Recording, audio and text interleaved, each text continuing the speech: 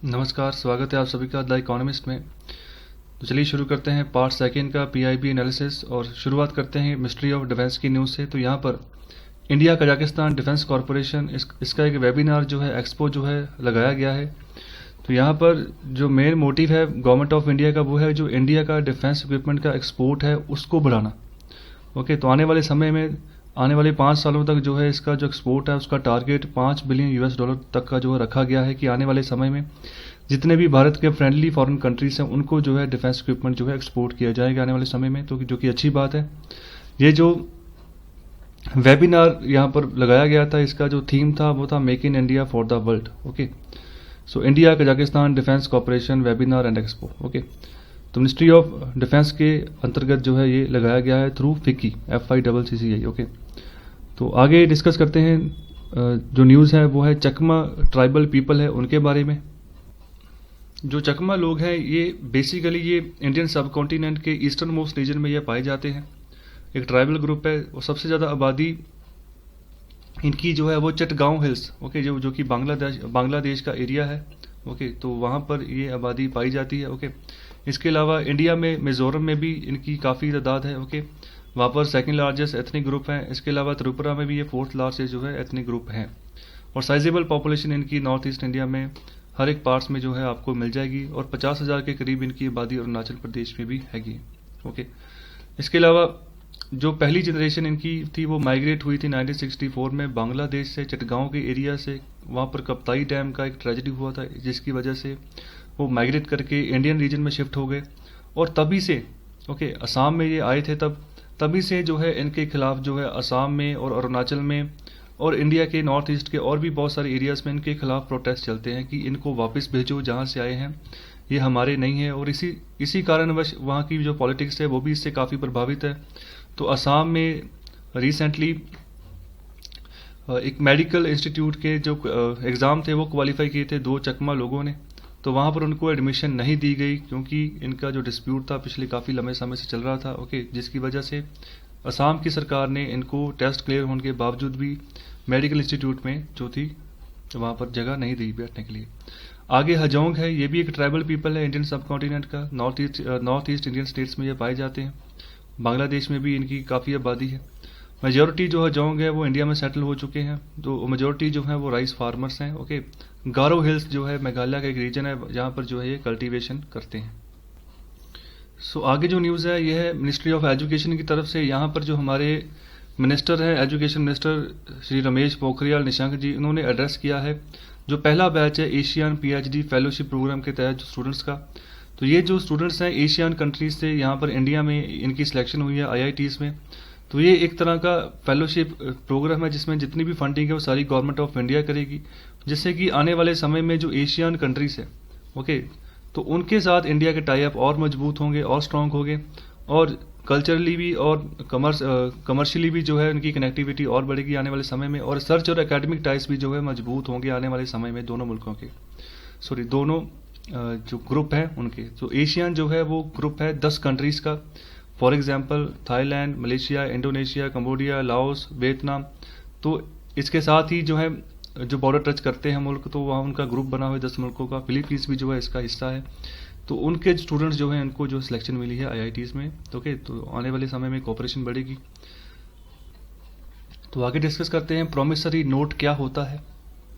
Okay, तो इसका जो मतलब होता है एक तरह का नोट होता है। ओके, इंस्ट्रूमेंट होता है, लीगल इंस्ट्रूमेंट। ओके, जो कि एक तरह की करेंसी यहाँ पर नहीं होती है, एक तरह का एक डॉक्यूमेंट होता है। ओके, सो इसका मतलब ये होता है जो कि प्रॉमिस करता है एक पार्टी को ओके राइटिंग में कि वो दूसरी पार्टी को जो है कुछ अमाउंट ऑफ मनी जो है वो प्रोवाइड करेगा किसी निर्धारित समय में। ओके, आने वाले समय में या किसी फिक्स टाइम में कि फलानी डेट को जो है ये जो प्रॉमिसरी नोट के थ्रू जो है पेमेंट कर दी जाएगी पेई को। ओके, तो यहाँ पर जो कुछ स्पेसिफिक टर्म्स होती हैं उसको फॉलो करके जो ये प्रॉमिसरी नोट जो है जारी किया जाता है। तो उसी के जैसे जो है इलेक्टोरल बॉन्ड्स होते हैं। ओके, तो यहाँ पर इलेक्टोरल बॉन्ड स्कीम जो है सरकार के द्वारा चलाई गई है 2018 में।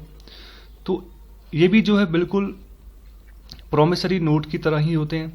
ओके, जो कोई भी जो आम इंसान है ओके जो भी किसी पॉलिटिकल पार्टी को फंडिंग करना चाहता है, चाहे कोई बड़ा ग्रुप है, ओके, चाहे कोई आम इंसान है, मतलब जितनी भी राशि वो किसी पॉलिटिकल पार्टी को, जिस पॉलिटिकल पार्टी को लाइक करता है, उसको जो है दान के तौर पर देना चाहता है, ओके, इलेक्शन लड़ने के लिए, तो वहां पर जो है इलेक्टोरल बॉन्ड्स जो है वो खरीद सकता है।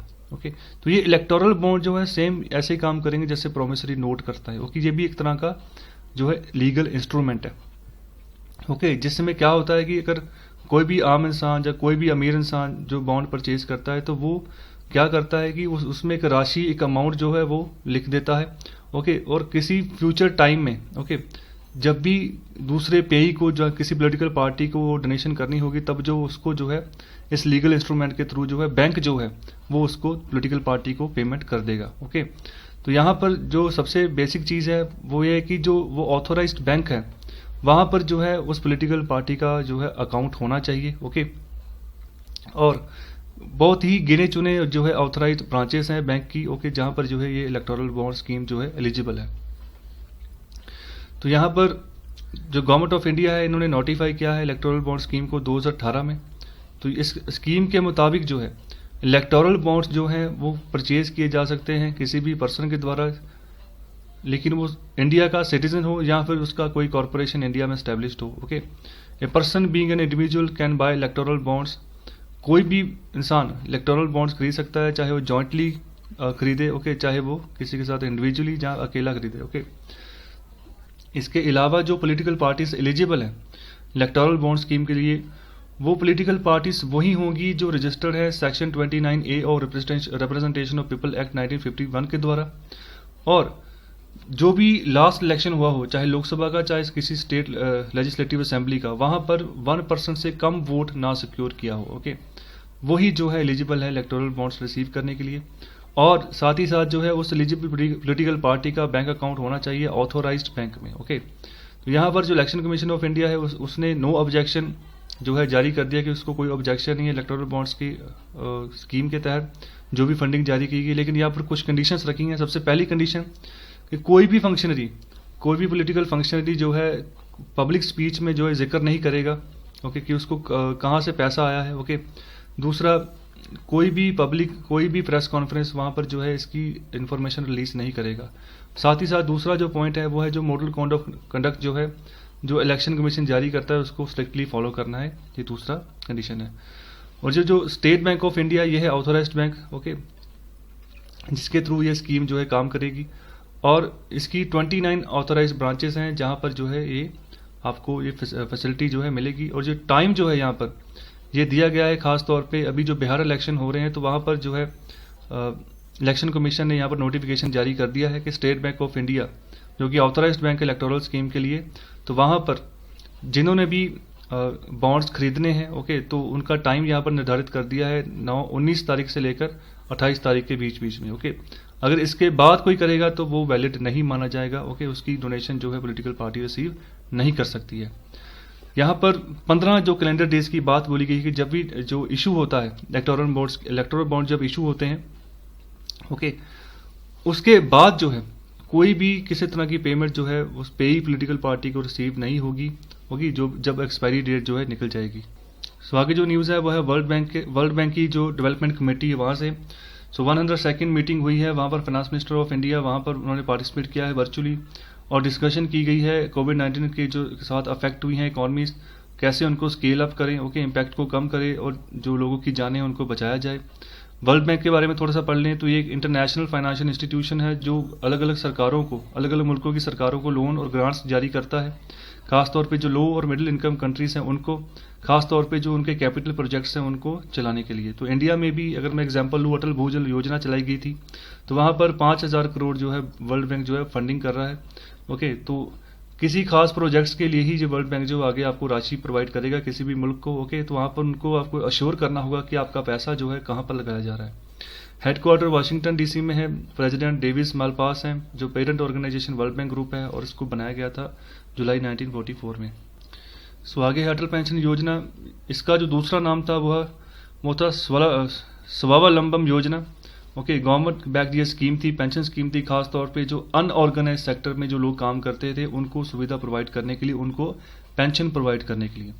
तो 2015 के बजट में इसको अनाउंस किया गया था, प्राइम मिनिस्टर ने लॉन्च किया था कोलकाता में, और मिनिस्ट्री ऑफ फाइनेंस जो है उसके तहत ये स्कीम जो है ये जारी की गई है। सो आगे जो बात की गई है, India international food and agri week मनाया जा रहा है 16 से 22 अक्टूबर के बीच में। तो ministry of food processing industry इसके तहत ये ऑर्गेनाइज किया गया है। उसके बाद जो न्यूज़ है वो है CSIR से, council of scientific and industrial research. इसको जो बनाया गया था गवर्नमेंट ऑफ इंडिया के द्वारा 1942 में, एक ऑटोनॉमस बॉडी है और इंडिया का लार्जेस्ट जो है डेवलपमेंट ऑर्गेनाइजेशन है, research and development organisation. Okay, इसके अलावा बहुत सारी लेबॉर्ट्री सेंटर्स जो है, इनोवेशन सेंटर्स जिसके द्वारा चलाए जा रहे हैं। ओके, 14,000 से जो ऊपर का यहाँ पर स्टाफ है। इसके अलावा 4600 से ज़्यादा साइंटिस्ट है। इसके अलावा 8,000 के आसपास टेक्निकल जो है स्पोर्ट पर्सनल है इनके पास। और जो ये CSIR जो रजिस्टर्ड है वो है सोसाइटीज़ रजिस्ट्रेशन एक्ट 1860 के तहत, और ministry of science and technology जो है इसको फंडिंग करती है। इसके साथ रिसर्च एंड डेवलपमेंट एक्टिविटीज़ में जो एक्टिविटीज़ इंक्लूड हैं वो है aerospace engineering, structural engineering, ocean science, life sciences, metallurgy, chemicals, mining, food, petroleum, leather, environmental science. तो इन सभी फील्ड्स के ऊपर जो है CSIR जो है अपना काम, रिसर्च का काम करता है। सो आगे जो न्यूज़ है वो है मिनिस्ट्री ऑफ शिपिंग की ओर से। यहाँ पर जो मिनिस्ट्री ऑफ शिपिंग है, ओके, इन्होंने जो कंसेशनल रेट है 40% डिस्काउंट का, जो कोस्टल मूवमेंट होती है कार्गो की और वेसल्स की, ओके, इनके ऊपर चार्जेस लगता था, वहाँ पर जो है 40% डिस्काउंट जो है इनको जारी किया है। ये जो कार्गो चलते हैं ये चलते हैं मुंबई के जवाहरलाल नेहरू पोर्ट और दीनदयाल पोर्ट से आगे शाहिद बेहिश्ती पोर्ट जो कि शबार ईरान में स्थित है, और इसको शबार पोर्ट भी हम कहते हैं। ओके, बहुत ही इंपॉर्टेंट है। इंडिया जो है शबार पोर्ट को यहाँ पर डेवलप कर रहा है ईरान में, और साथ ही साथ इसके बिल्कुल 80-90 किलोमीटर के आसपास पाकिस्तान में ग्वादर पोर्ट डेवलप कर रहा है चाइना। तो उसी ग्वादर को टैकल करने के लिए, काउंटर करने के लिए इंडिया यहाँ पर जो है शबार को जो है यहाँ पर काम कर रहा है। तो पहला फेज जो इसका खोल दिया गया है पिछले काफ़ी लंबे समय से। और अफगानिस्तान को जो थी वीट थी वो भी जो थी कार्गो शिप के द्वारा पहुंचाई गई थी शबार पोर्ट तक। आगे शबार से बाय रोड जो थी अफगानिस्तान, ईरान से होकर अफगानिस्तान तक का जो सामान जो था पहुंचाया गया था भारत से। आगे है last news ministry of youth affairs and sports की तरफ से। यहाँ पर जो हमारे मिनिस्टर हैं उनका नाम है श्री किरण रिजिजू जी। उन्होंने Y20 ग्लोबल समिट में हिस्सा लिया है वर्चुअली। ओके, तो यहाँ पर जो मेन मोटिव है इस समिट का वो है आइडियाज़ और डायलॉग जो है उनको एक्सचेंज करना अलग अलग नेशंस में, और एक दूसरे को जो यूथ है उसको एम्पावर करना वर्ल्डली। ओके, तो भारत में वैसे भी यूथ की परसेंटेज बहुत ज़्यादा है, तो वहाँ पर ऐसी समिट्स की बहुत ज़्यादा ज़रूरत है। तो इस बार का जो होस्ट कंट्री था Y20 समिट का वो था सऊदी अरेबिया। तो ये थी आज की सेकंड पार्ट की PIB news analysis. I hope आपको लेक्चर अच्छा लगा है, समझ आया है। तो कृपया लाइक, शेयर और सब्सक्राइब ज़रूर करें, ताकि कि मुझे भी पता चले कि आपको ये लेक्चर कैसा लगा। ओके, तो लेक्चर सुनने के लिए आपका बहुत बहुत धन्यवाद, शुक्रिया।